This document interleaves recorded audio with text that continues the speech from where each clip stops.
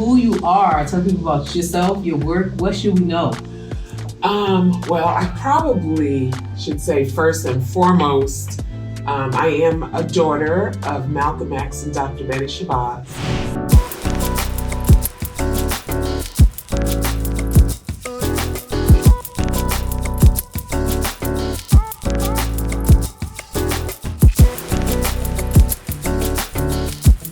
I am one of 6 daughters. That is extremely important. What number are you in the line? I am right in the middle. Okay. I have 2 older sisters, and then I have right under me is Gamila, and then the twins. So there's 6 of us, and I am an author of 5 books pertaining to my parents' lives. But it also incorporates the time period, history, and the accuracy of Malcolm and Betty's legacy, their contributions, their sacrifices. And I believe they also serve as a really great source of inspiration. I'm an author, I'm an educator. I teach at John Jay College of Criminal Justice in New York City. Yeah, shout out. And a producer working on a television series about one of my books, well, actually 2 of my books, X, a Novel, and The Awakening of Malcolm X. The Awakening of Malcolm X is one of my favorites, and that's my most recent book. And, and that's who I am. I'm a committed woman, friend, human being. Love it. Yes. Love it. So you say you're an educator. Yes. What inspired you to go into education? Well, it's funny because I was a biology major. I was going to go to medical school. And when I graduated undergrad, my mother got me a job in education. And it was just so surprising to see students without books and, no real preparation.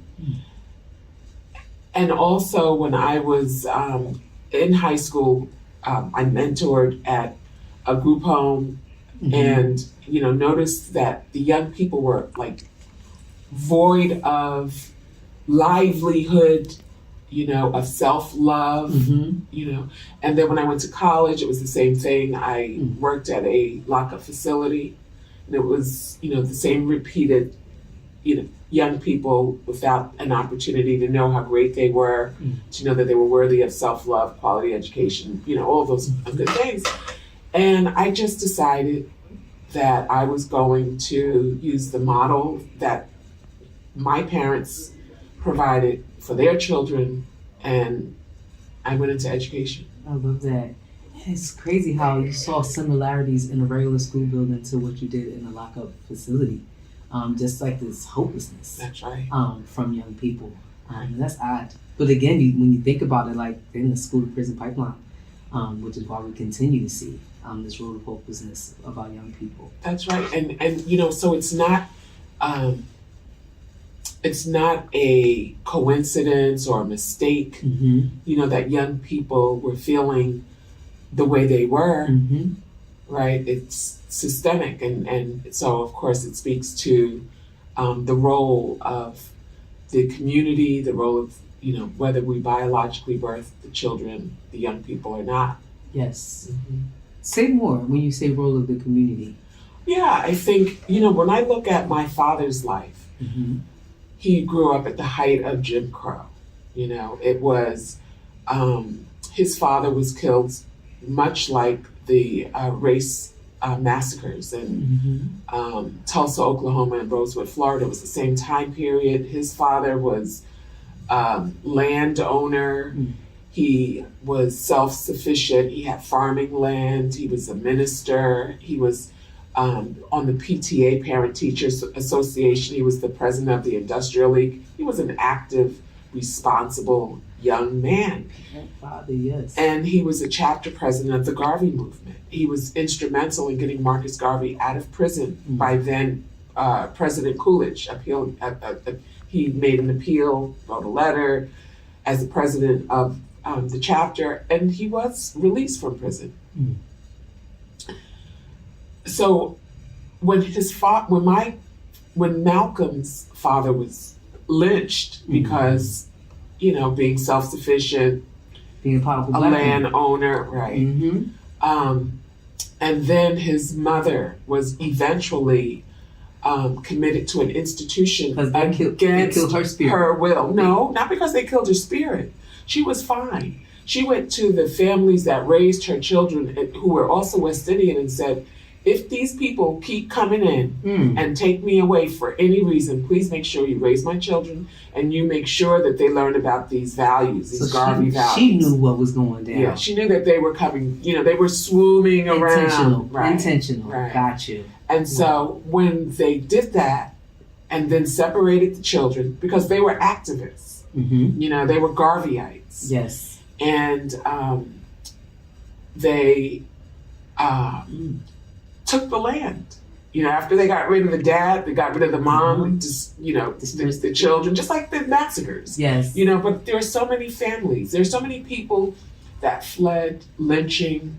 It was such terror to have mobs of people coming after you, seething, and like skinning you, just all the things that actually happened. That's such terror and trauma. And so my father's family was no different. And so I think when young people find themselves at a crossroads, Malcolm was the president of his all-white class in Middle America in the 1930s. He was top of his class. And when his teacher said, what do you want to be when you grow up? And he said, I want to be a lawyer. And his teacher was like, are you kidding? That is not a realistic goal for the N-word, And so it's like saying Black lives don't matter. Right. And when young people find themselves at a crossroads by receiving this information systemically, whether it's television, social media, our music that's been so contaminated, it was taken over. You remember it, Self-Destruction, Queen Latifah, all these great music, yes. right? And then the music was taken over. So when young people find themselves at a crossroads, I think it is really important for the forward-thinking, the critical thinkers to step in and, guide these young people back home. Yes. Make sure that they understand, their history, their identity, purpose, life, all of these things. Who they are, most definitely. So, I'm sitting listening, right, and hearing you talk, and you talk a lot about your lineage, you talk a lot about community and how that all ties in. I would love to hear, just being the daughter of Malcolm X and Betty Shabazz, what impact has that had on you? Well, what I realized is that I grew up in a bubble of love.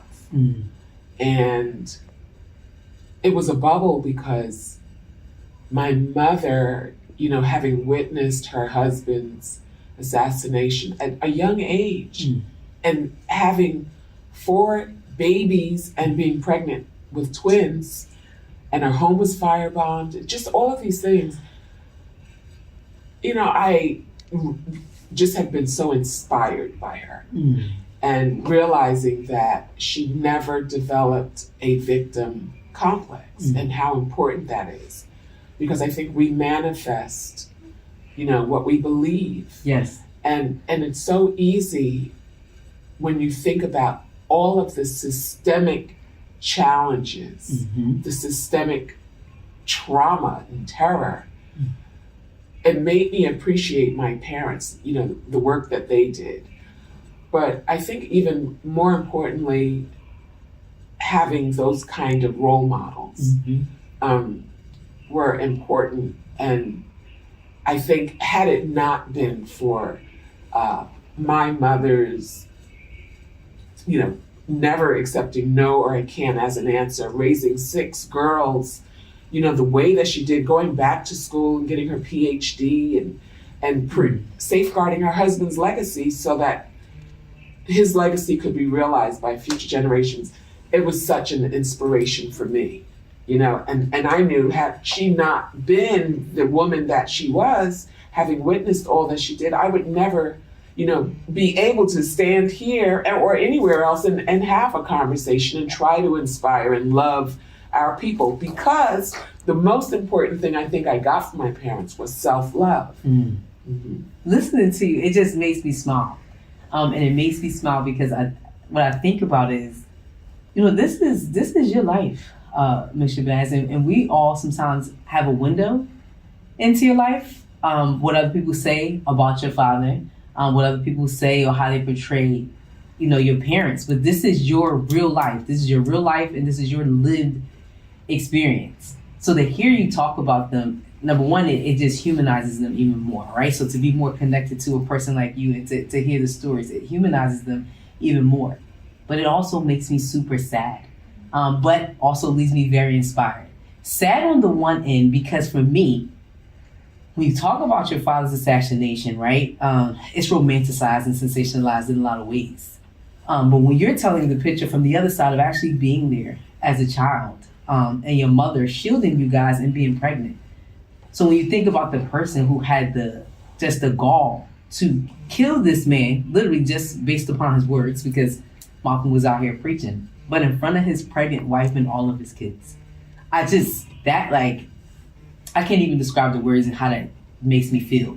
But it humanizes the situation even more and tell you, it speaks to how barbaric and how alive and how just heinous racism can be. Mm-hmm. Like the nerve of whoever to kill this man in front of his wife and kids. And then you say the house being firebombed. This family was under a direct attack, fighting for their lives, and all for what? Right. So to hear this, it's just like chills. And so, and it's not just, and this is the reason, why I say, I know I didn't get the victim, that victim complex, because it's not just me, right? Well, look at slavery. Mm-hmm. And, you have people who were targeted, who were trafficked, bodies that were trafficked, and then held in bondage and captivity and tortured to do whatever it is they wanted to women, to children, to men, by, this kind of evil, right? And we think about the post-traumatic syndrome of all of this terror. Yes. And so if we gave into being a victim, it's almost like this self-fulfilling prophecy, this self-actualization, So I'm grateful that in spite of it all, my father, he said, I don't fear anyone, because he believed in God. He believed in destiny.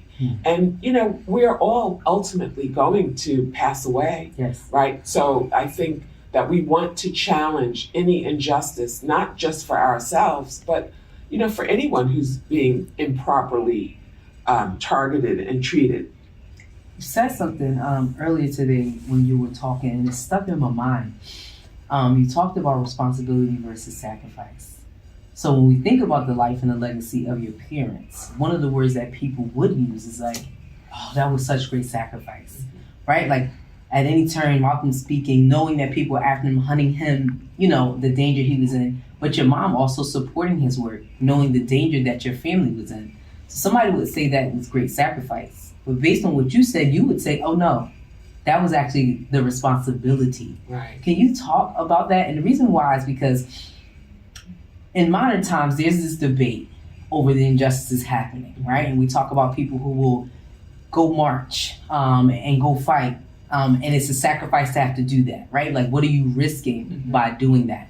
I don't think people always see it the way as you're talking, but it's very important to see it as you are. That it's our responsibility to do these things. That's right, because I think if we look at it as a sacrifice, it's, you could say, oh, I don't know if I'm going to do that. Yes. But when you understand that you are a human being and it is part of, our responsibility, right? We've been made to be fearful of something, right?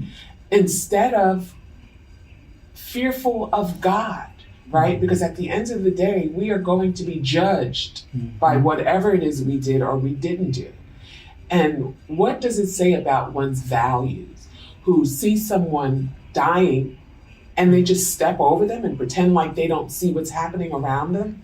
So it's a responsibility. It's not a sacrifice. Sacrifice sounds, I don't want to sacrifice, sacrifice on the cross, sacrifice.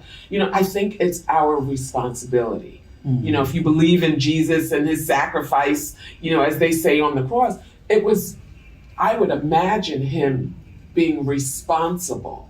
Listen, we could go down that road to a degree, but it was Jesus' responsibility. And the reason why I say that, because he was put on this earth, that was actually his mission, right? So folks will say, right, like God sacrifices only begotten son. He begot him to give him, right? Like that was the whole purpose. And I think that if we looked at stories, even of Jesus differently, and of our leaders differently, that it's a responsibility instead of a sacrifice, I think people would move completely different in how we think about social justice and how we should be showing up for each other in the world. That's right. I mean, look at all of the people who were so responsible. Yes. Look what Fannie Lou Hamer endured.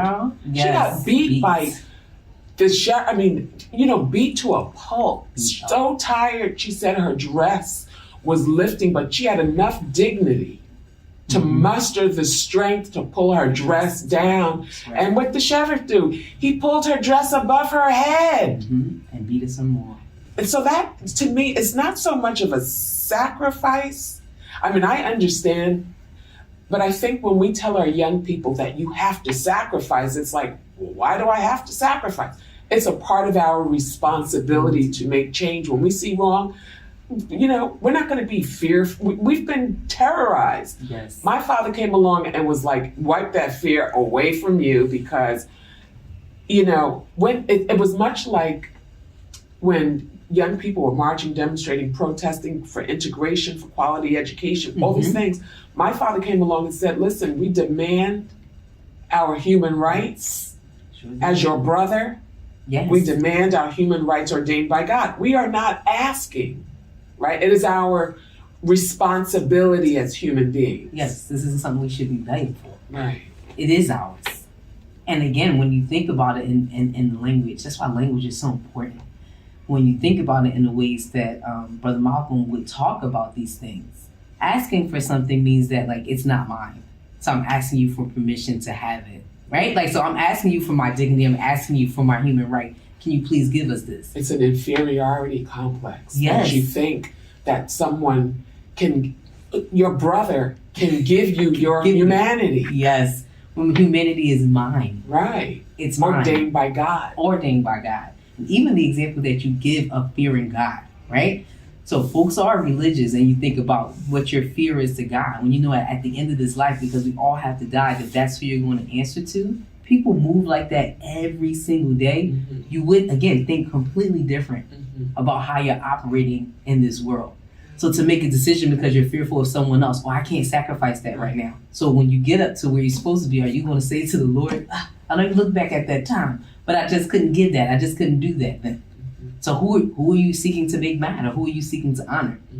And if God is the Almighty, he's the one who's in the forefront. So just the language of even how you speak, but again, this is an impact of how you were raised, right? So if your dad is telling you to fear no one but God, that's how you move through your life, right? You don't fear anyone except God. You move in service to God and to your brothers and sisters. I mean, this is just, like I said, super impactful and powerful. And again, it makes me think about our language and how we speak and how we talk and what we do. Another part of this is like to build all of this up and to build a movement. I know you speak a lot about institution building. Can you speak about what that actually looks like inside of communities? Well, gosh, look at this center.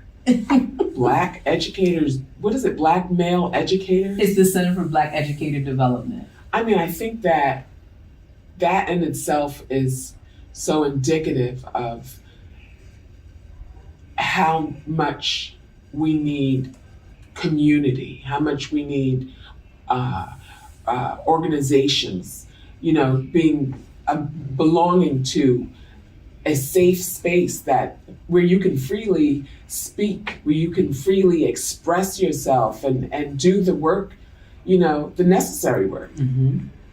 So if I'm a young person right now and I'm trying to learn and think about the message or the strategies for institution building. What should I be thinking about? What should I be doing?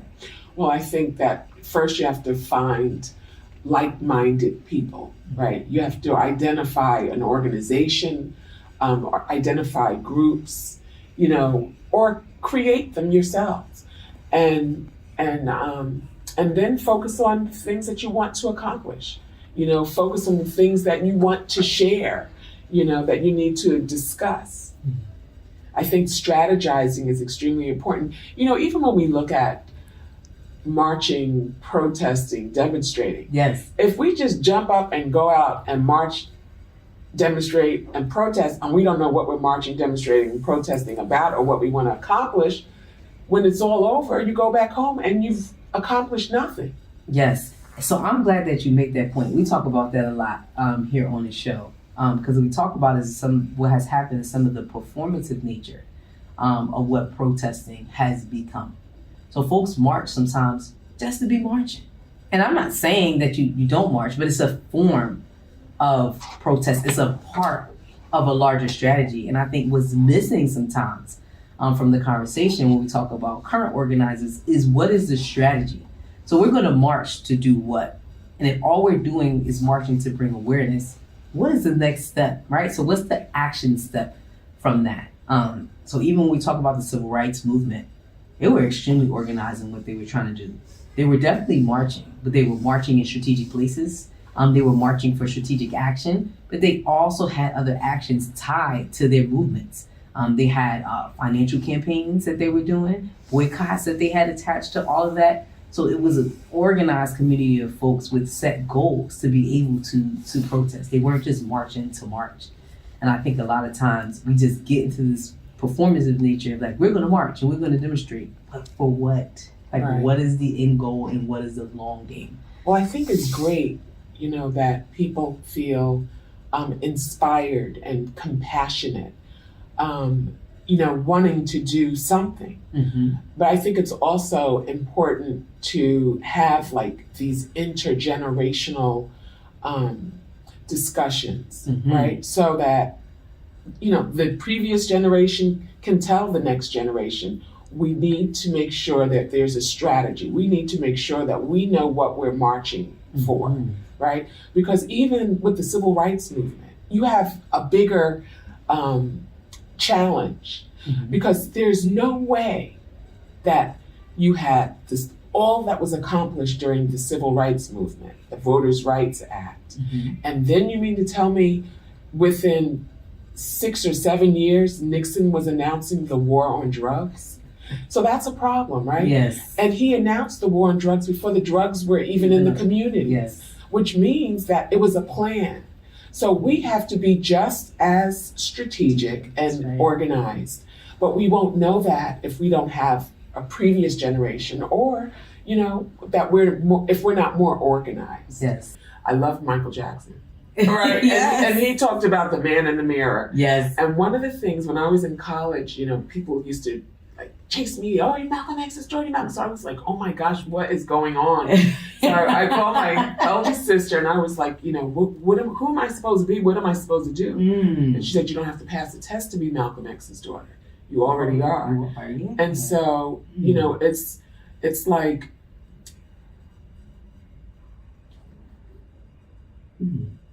it's just it's me. It's who I am.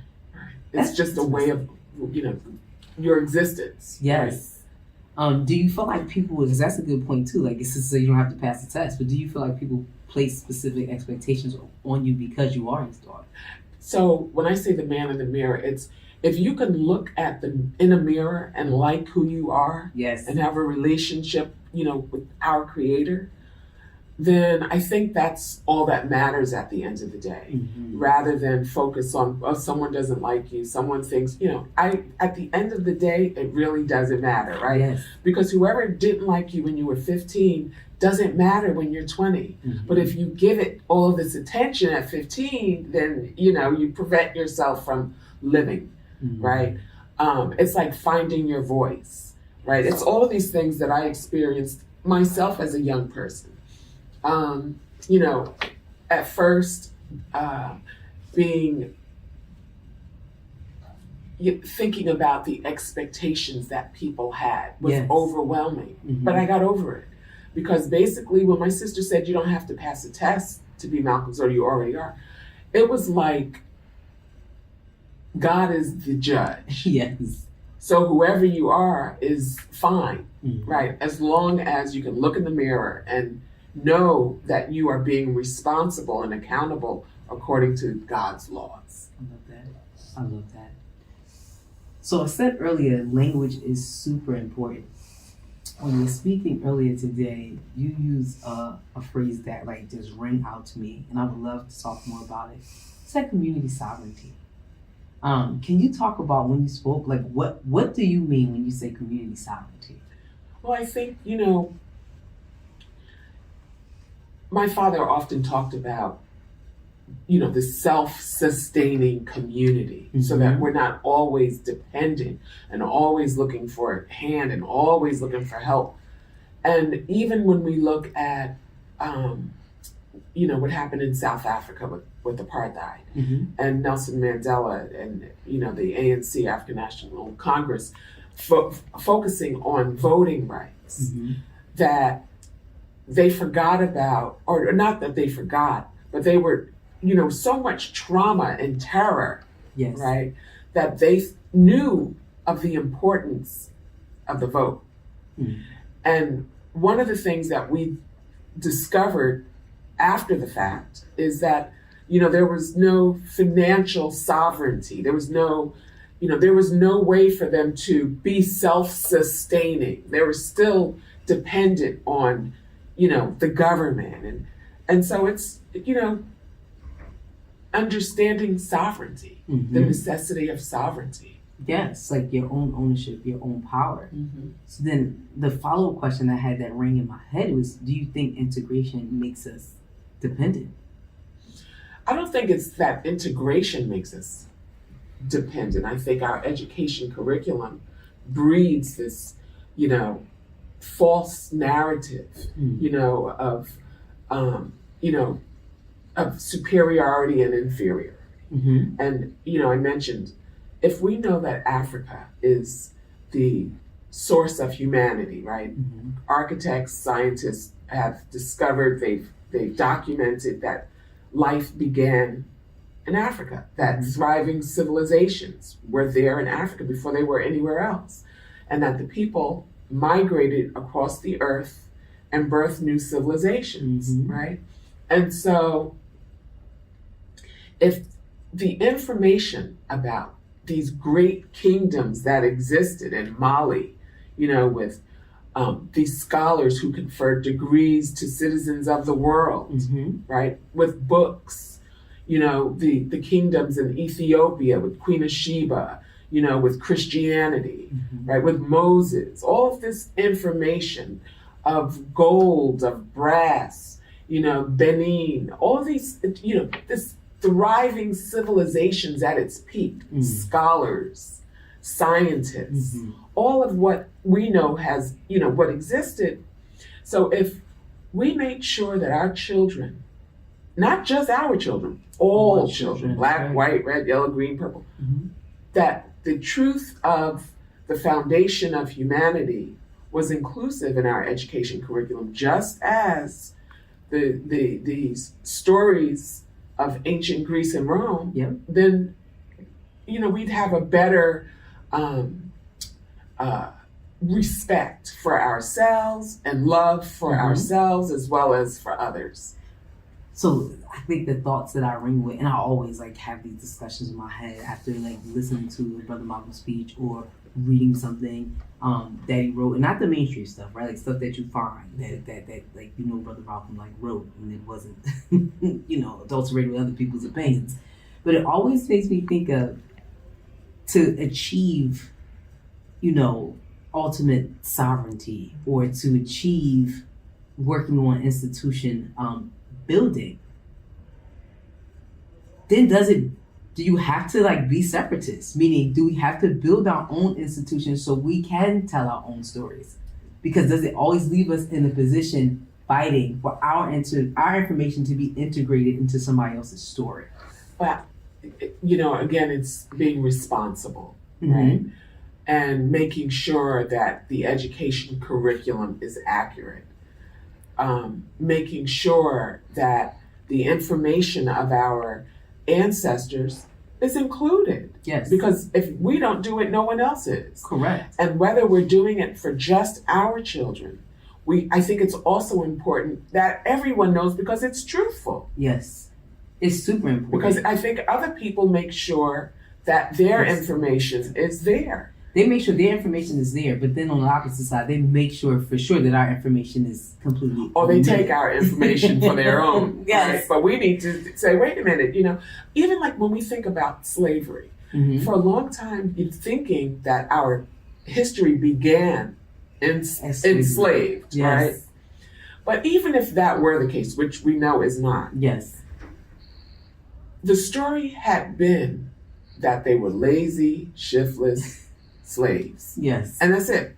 Yep. Not that they were enslaved, not that they were in bondage, not that they were captives, that they were trafficked. Not all of that, right? But even if that were the story, had it not been for these refined and industrious enslaved people, right? Because they created the culture of our country. Yes. They created the wealth of our country, right?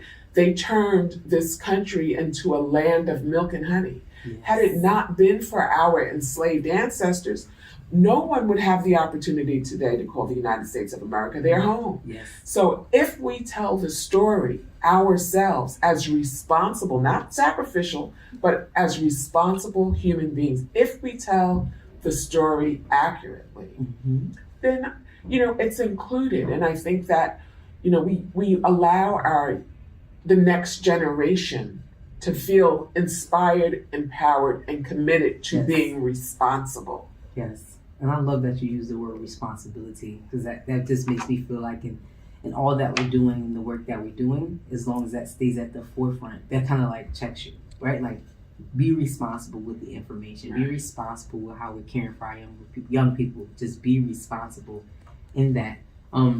Also, right, you're doing a lot of work now in terms of diversity, equity, and inclusion. Can you talk a little bit about that work and what you're doing? Well, I've always been doing work in diversity, equity, and inclusion because I think, when you simply, like I was raised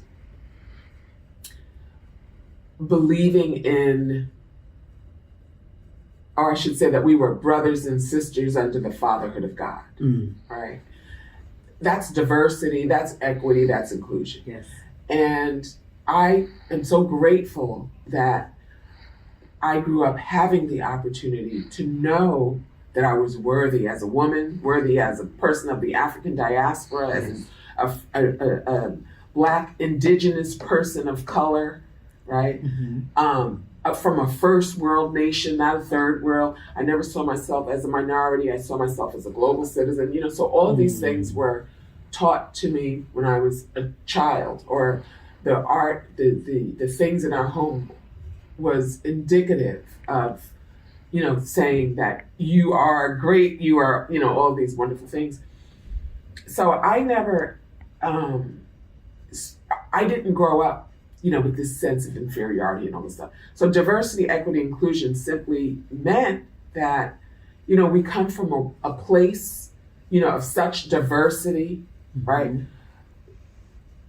And, it's just always has been. But what's so wonderful, like, about that, right? And I think what's solid, and I'm learning this today, especially like in my parenthood, who you are as a woman now was really rooted and grounded in the principles and the morals and the values that your parents instilled in you.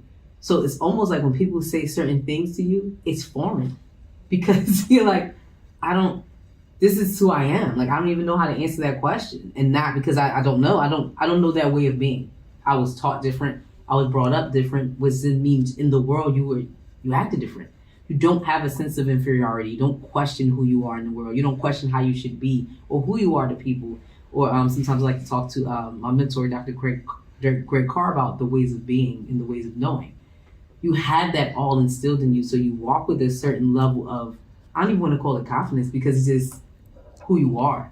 And I think that's a really interesting takeaway for me from this conversation. Because again, people get a lot of this, what you have, from going to school, from being around mentors, from being in different circles. But this was all like born and bred in your home. And I think that that's something really good for us to take away from me, from this conversation. A couple of other things, he was telling me to rap. But he like, girl. As I sit right and look at you, and as it's all the great things that you're doing and the impact you have, I also think about the word legacy, right? What does it mean to like leave a legacy? And I think that that's important for us to speak about, because for the educators listening, for the young people listening, you are legacy, right? You're carrying on the legacy as well. So I would love to hear from your perspective, like, what does that mean to carry on and to build a legacy? I think each of us has a legacy. And, I think that for me, when my mother passed away, I just knew, I looked at the work she was doing. She safeguarded her husband's legacy. She had founded the Shabazz Center, which is the place where my father was assassinated, martyred. Just all the things that she was doing. And so when she passed away, I knew that I had to do that. Mm-hmm. And mostly, all my life, my ancestors, they guided me.